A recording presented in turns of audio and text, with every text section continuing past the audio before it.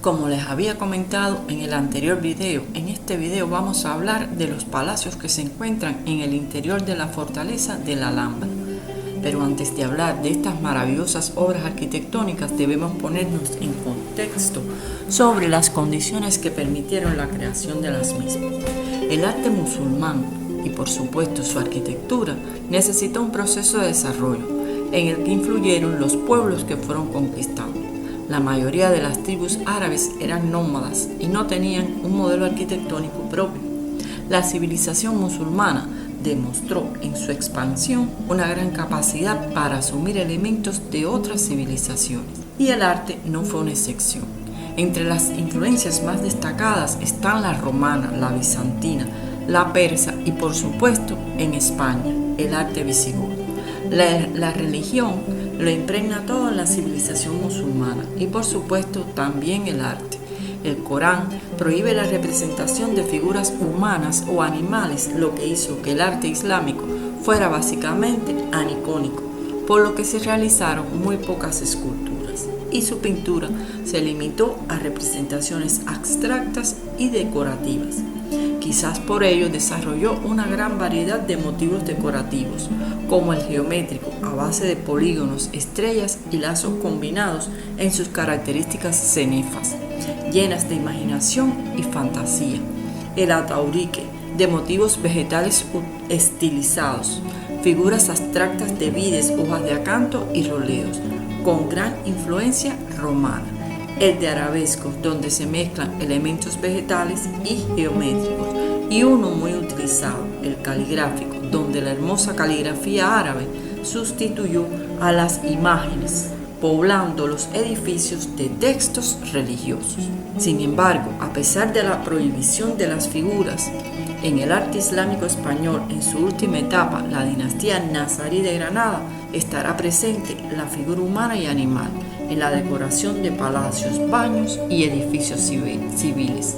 En la Alhambra tendremos los ejemplos de pinturas en la Sala de los Reyes, como la pintura de los 10 primeros sultanes, junto con escenas de caza y las esculturas de leones, elefantes y ciervos que vomitan agua en las fuentes de los jardines. Un detalle importante de esta arquitectura es que la decoración se concentra en el interior de los edificios.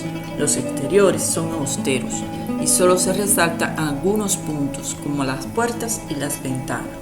En esta arquitectura se utilizan materiales pobres, como la madera, el ladrillo o el yeso. El uso de pilares o columnas esbelto y el uso de capiteles reciclados de las ruinas de monumentos romanos y godos. El primer modelo típicamente hispano-musulmán fue el capitel corintio de avispero, que estiliza las hojas de acanto y presentaba la novedad de ir grabado con inscripciones religiosas. En la Alhambra, los nazaríes desarrollaron dos variantes, el capitel de mocárabes y el capitel ataurique.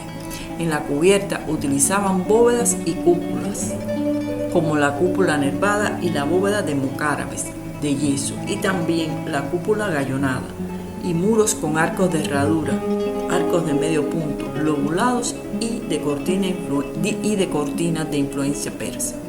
Estas características están presentes en los edificios de la Alhambra, en el conjunto monumental conocido como los palacios nazaríes, formado por varios palacios importantes: el Mexuar, el Palacio de Comares, el Palacio de los Leones y el Palacio del Partal. De esta época también son los palacios del Generalife y más tarde el Palacio de Carlos V. Estos hermosos edificios y sus decoraciones nos muestran la capacidad constructiva y la imaginación de los constructores de aquella época. Las decoraciones de paredes, columnas, pisos y los jardines de estas edificaciones nos dejan tan asombrados que nos parecen de otro mundo. Serían necesarios varios videos para hablar de ellos. Hoy vamos a hacer un recorrido breve por estas joyas de la arquitectura nazarí. Para ello, vamos a comenzar por el Mexuar. Este edificio se encuentra prácticamente en ruina. Las restauraciones y reconstrucciones que se han realizado hasta nuestros días nos impiden saber cómo eran sus aposentos originales. Su nombre significa el lugar donde se reúne el que gobierna. Era el lugar donde se trataban los asuntos del gobierno y se administraba justicia. Poseía 2 amplios patios que actualmente están en ruina. Las principales habitaciones que poseían eran la sala de oración y el cuarto y patio dorado. Es una de las partes más antiguas de la Alhambra y una de las más alteradas tras la llegada de los reyes cristianos. En la sala encontramos 4 columnas con ménsulas de mocárabe. Sobre la cenefa de yeso existente se puede leer: todo lo que poseéis procede de Dios. El techo, de época cristiana, es un alfarje con decoración de lacería. La pared, en su parte alta, está decorada con yeserías doradas y pinturas, mientras los zócalos son delicatados de azulejos y presentan el lema de los Amares, el escudo de Carlos V y las armas de los Mendozas, ya que don Íñigo López de Mendoza, conde de Tendilla, fue alcalde de la Alhambra y capitán general de Granada, nombrado por el rey Fernando II tras la toma de Granada. A pesar de su deterioro, aún se conserva el antiguo oratorio del Mexuar, con una ventana abierta al poblado del Albaicín y con un mirar con delicada decoración de yeso. También se pueden apreciar parte del cuarto dorado y el patio dorado. En la sala, tras un pórtico de 3 arcos, encontramos el cuarto dorado, que originalmente lucía una hermosa techumbre de madera pintada y decorada con pan de oro, láminas finísimas de oro, por la que recibió ese nombre. Sin embargo, hoy no podemos contemplarla en todo su esplendor, ya que fue remodelada por los reyes católicos, pero seguía siendo una zona destinada a las tareas administrativas y de gobierno, probablemente utilizada por los secretarios de la corte. A través del pórtico se accede al patio dorado, en el centro del cual hay una fuente. Como en la mayoría de los palacios nazaríes, el agua se convierte en elemento decorativo. Este patio da paso al Palacio de Comares, una de cuyas paredes colinda con este patio. Esta pared presenta decoraciones de yeso y alicatados con un alero en lo alto de hermosa madera de cedro, con decoraciones de piñas y conchas. Aquí encontramos también una escalinata sobre la que se sentaba el sultán para impartir justicia. Esto precede a la belleza del interior del Palacio de Comares. El Palacio de Comares, con su famosa torre, que tiene 45 metros de alto, se ha convertido en punto focal de la Alhambra y de los palacios nazaríes. Desde ella se puede apreciar buena parte de la ciudad de Granada. Este palacio se encuentra rodeado por los demás, a un lado el Mexuar y al otro el Palacio de los Leones. La fachada principal del Comares está, como ya hemos dicho, en el interior del patio dorado del Mexuar. En esta bella fachada están presentes ventanas tapadas con celosías y 2 grandes portadas rectangulares bordeadas por cerámica que constituyen la entrada oficial. El palacio se desarrolla como todas las construcciones árabes alrededor de un enorme patio central, el famoso patio de los Arrayanes. El mismo se ha llamado de diversas formas a lo largo del tiempo y se debe a los macizos de arrayanes o mirtos, cuyo color verde vivo contrasta con el piso de mármol blanco del patio, que rodean al estanque central. También se ha llamado patio del estanque o de la alberca, por el enorme estanque de agua de 34 metros por 7,10 metros que divide el patio longitudinalmente y se abastece de agua gracias a 2 pilas de mármol situadas en cada extremo.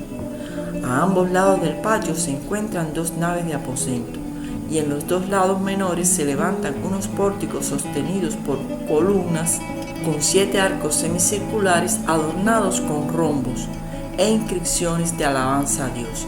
El arco central es mayor que los otros 6 y en las uniones entre el arco y el muro presenta decoraciones de ataurique y capiteles de mocárabe.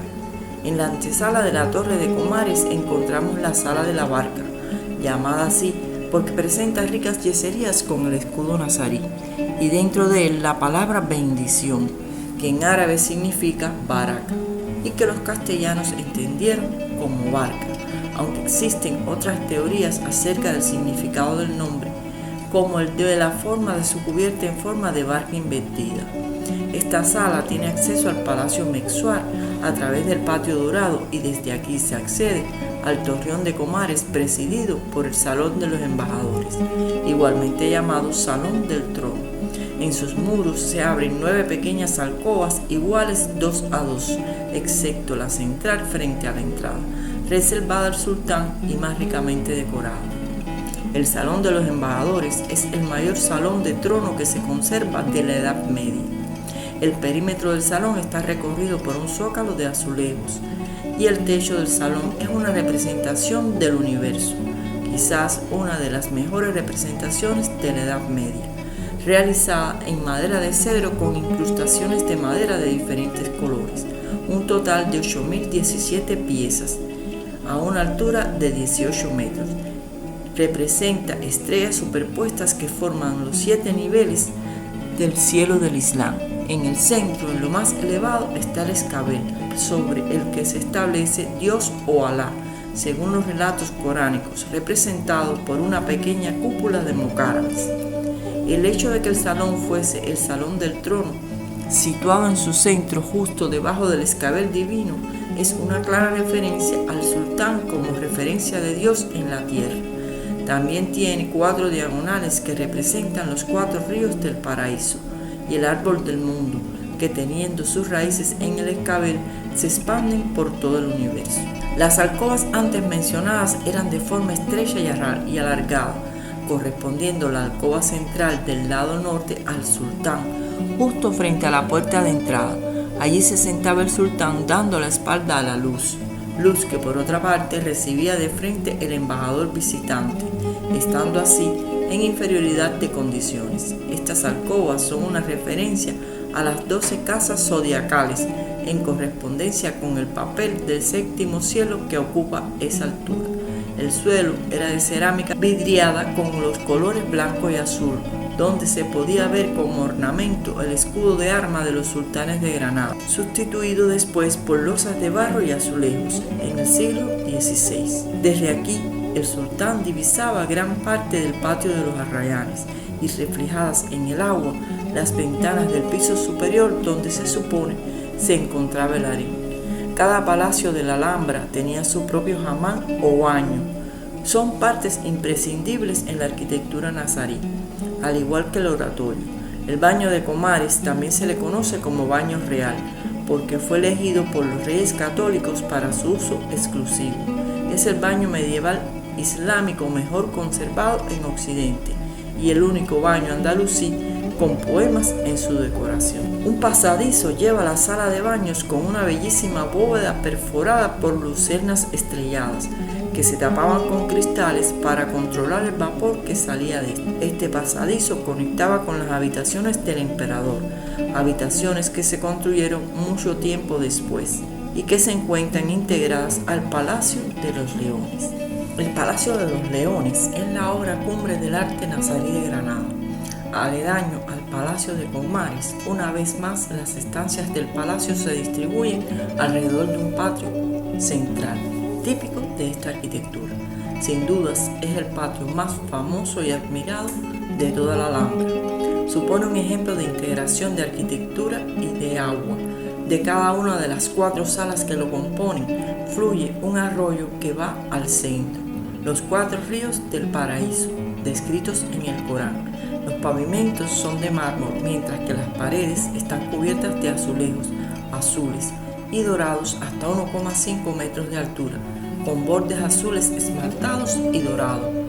En torno al patio se encuentran las salas de Abencerrajes, la sala de las 2 hermanas, la sala de los reyes y la sala de los mocárabes. Posteriormente, en la época cristiana, se le añadirían las habitaciones del emperador. En el centro del patio está la Fuente de los Leones, un cuenco de alabastro apoyado por las figuras de 12 leones de mármol blanco de Macael. El patio de los Leones nos cautiva con su esplendor y su riqueza artística, combinando todos los estilos del arte nazarí. Un bosque de 124 columnas de mármol de Macael que asemejan palmeras abiertas rodean el patio. Todo en este patio tiene su simbología. Es el jardín feliz que representa al paraíso, bañado como este por 4 ríos. La Fuente de los Leones es el centro simbólico de la Alhambra, una obra maestra de la escultura musulmana y una obra maestra de la ingeniería hidráulica. Es un ejemplo más de lo que habíamos dicho antes sobre el uso de las figuras de animales en la Alhambra. La sala de los mocárabes, que se encuentra en uno de los extremos de la parte más alargada del patio. A esta sala se accede a través de 3 grandes arcos de mocárabes ricamente decorados, que sirven de iluminación y aireación, además de permitir desde el interior una bella perspectiva del patio. Esta sala debe su nombre a la bóveda de mocárabes que la cubría hasta el siglo XVI, en que fue dañada por la explosión de un polvorín y derribada.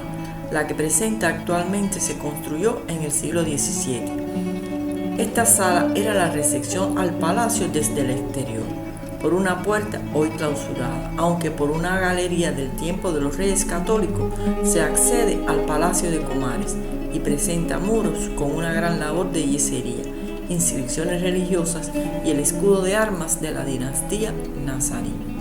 En el extremo opuesto a la sala de los mocárabes encontramos la sala de los reyes, que servía para descansar y era el escenario de las fiestas del sultán. Mide 30 metros de largo. Todos los techos son de mocárabes y aún se conservan algunos restos de policromías. Hay varias pequeñas alcobas cuyos techos lucen pinturas sobre cueros. En una de ellas aparecen 10 figuras regias que parecen ser reyes de la dinastía nazarí, de ahí el nombre de la sala. Estas pinturas datan del siglo XIV y son una muestra del estilo figurativo que tanto escaseaba en la arquitectura islámica de la época. En el lado sur está la sala de los Abencerrajes. Este nombre, que quiere decir hijos del sillero, viene dado por unos guerreros provenientes del norte de África, que habían tenido cierto protagonismo en las luchas contra los cristianos. La vinculación de este clan con algunos sultanes nazaríes llegó a ser muy estrecha y algunos de ellos se convertirían en tropas élite y guardia personal de los sultanes. En este lugar, según la leyenda, fueron degollados 36 caballeros pertenecientes a esta importante familia granadina de la época nazarí. En el centro de la sala, una fuente lleva agua hasta la fuente de los leones a través de un canal. En el extremo opuesto a la sala de los Abencerrajes se encuentra la sala de las 2 hermanas.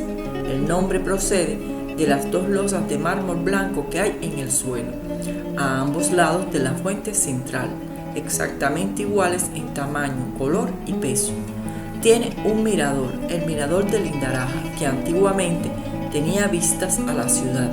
También tiene comunicación directa con los baños. Esta sala, al igual que toda la Alhambra, tiene poemas escritos en las paredes. Uno de los rincones más bellos de la Alhambra es este mirador de Lindaraja o Daraxa. Se considera la fachada exterior del Palacio de los Leones.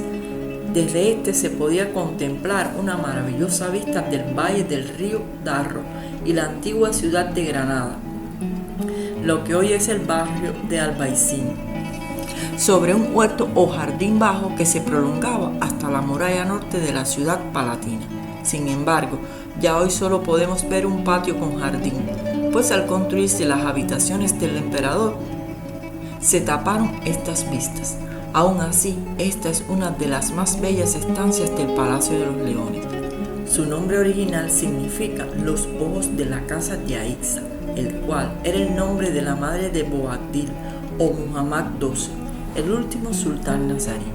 Su rica decoración interior es considerada una de las decoraciones más espectaculares del palacio, catalogada como barroco nazarí por sus cortinas de mocárabes, estucos policromados y alicatados con reflejos metálicos, y es de admirar el techo con forma de una celosía con vidrieras de colores. La sala de 2 hermanas se comunica con el mirador de Lindaraja a través de una sala llamada la Sala de los Ajimeces, que se llama así por los balcones gemelos de su pared norte, que se asoman al jardín y está cubierta por una cúpula de mocárabes rehecha en el siglo XVI. Sus paredes están decoradas con yeso con inscripciones religiosas y escudos con el lema nazarí. Un friso rodea la sala bajo la cúpula con una inscripción en hermosa caligrafía árabe. Por último, tenemos las habitaciones del emperador, que aunque no pertenecieron al palacio cuando este fue construido, fueron integradas al conjunto, pero construidas en el siglo XVI para la estancia de Carlos V y su esposa Isabel de Portugal, mientras se construía un palacio que llevaría su nombre, el Palacio de Carlos V, y que fue la causa de que el mirador de Lindaraja se convirtiera en solo un patio. Estas habitaciones las ocuparía el escritor Washington Irving durante su estancia en la Alhambra en el año 1828, y donde se inspiró para escribir sus famosos cuentos de la Alhambra, que fueron el motor impulsor para el rescate y protección de la Alhambra. Y aunque las instalaciones de la Alhambra actualmente son muy visitadas, estas habitaciones y el peinador de la reina no están permitidos al público con el objetivo de preservarlos. Estas habitaciones se conectan con la Torre de Comares a través de una preciosa balaustrada de madera, con impresionantes vistas al Albaicín y al patio de la reina. Y existe un corredor enrejado que se colocó aquí en el siglo XVII, que era el punto de acceso a los baños de Comares. También dentro del conjunto de los palacios que se encuentran dentro de la Alhambra encontramos el Palacio del Partal, el cual está situado, como es tradicional en estos edificios, volando a la muralla del recinto, y en su disposición recuerda al Palacio de Comares, con una gran alberca central presidida por el pórtico, aquí de 5 arcos, tras el que se desarrolla la estancia principal en el interior de una torre conocida con el nombre de Torre de las Damas. El palacio es probablemente de principios del siglo XIV. Su tipología constructiva ha atribuido su construcción a la época del sultán Mohammad III, lo que lo presupone como el palacio, al menos parcialmente en pie, más antiguo de la Alhambra, de los antiguos palacios que existían en esta zona. Por encima de la torre sobresale un bello y reducido mirador, muy característico de la arquitectura nazarí presente en otros palacios. Un espectacular mirador desde el que se puede contemplar tanto el Albaicín como el Generalife. La construcción no se incorporó al conjunto de la Alhambra hasta el 12 de marzo de 1891, tras ser cedida al Estado español por su propietario. Una curiosidad del edificio es el techo interior de madera de la Torre de las Damas, el cual fue desmontado por su último propietario, apareciendo a principios de siglo en Berlín, siendo hoy una de las piezas destacadas en el Museo del Arte Islámico de Berlín. A la derecha del Partal existen varios edificios. El más cercano es pequeño, de planta rectangular. Por su decoración fue atribuido a la época de Yusuf I. Se trata de un oratorio con su mihrab debidamente orientado y, como es tradicional en la Alhambra, integrado en el paisaje, montado sobre la muralla general del recinto como para favorecer la meditación del sultán sobre la identidad de la naturaleza, la creación y la oración. En aquellas bellas mansiones rodeadas de jardines, el espíritu árabe se dejaba llevar por su instinto poético y sensual. En sus construcciones descubrirás que la luz, el murmullo del agua, el aroma de las plantas y la belleza del entorno están combinados de manera que despierten los sentidos. Como una curiosidad, les contamos que existen unas 10.000 inscripciones en la Alhambra, la mayoría de ellas poemas, sentencias y textos del Corán, todas escritas en árabe clásico, correspondiente a los poetas de la corte de Yusuf I en el siglo XIV. Los aposentos del rey nazarí en el Palacio de Comares son los que poseen un número mayor de textos, 3.116, el 35% del total. Estos podían ser originalmente compuestos para la ocasión o escritos con anterioridad.